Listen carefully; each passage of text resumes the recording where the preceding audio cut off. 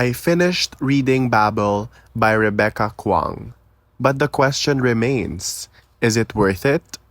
I was excited to read Babel.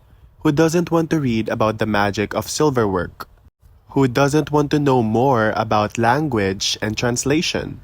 So after reading more than 500 pages of Babel, here are my final thoughts. The beginning was great, and it was certainly intriguing.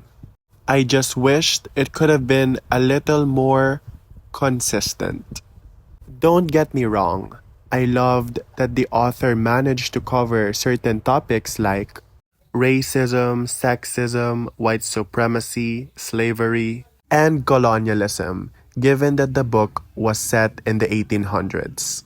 I also loved the exploration of the origins of language and certain words, and how malleable history is in the hands of the winners, the writers of history.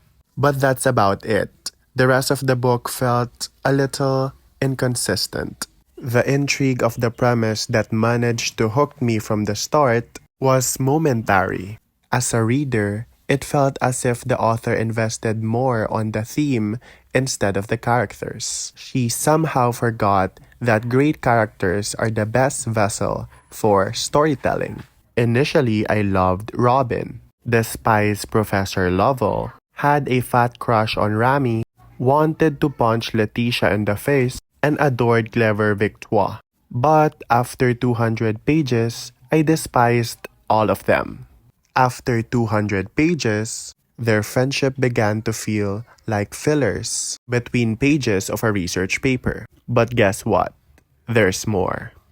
The plot became predictable. The supposed shocking twists and turns turned out to be cliché as well. Isn't it ironic that a book about language did not use the language effectively to make me care, root for, and try to understand the characters and where the characters are coming from? I think that the theme and the vision is there. Perhaps it is the only thing that was constant throughout the book. But to summarize my reading experience, I saw the grandiose world the author built through the shallow eyes of her main character.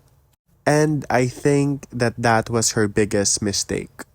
I wished she invested more time to cultivate and add depth to the character and use her characters as the storytelling devices, rather than emphasize and spoon-feed the vision and the theme to the reader.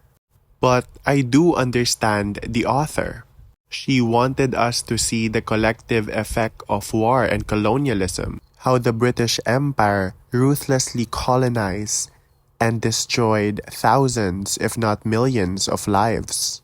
A promising premise that the author failed to execute with depth and meaning. The author wanted to do a lot that she ended up doing nothing at all.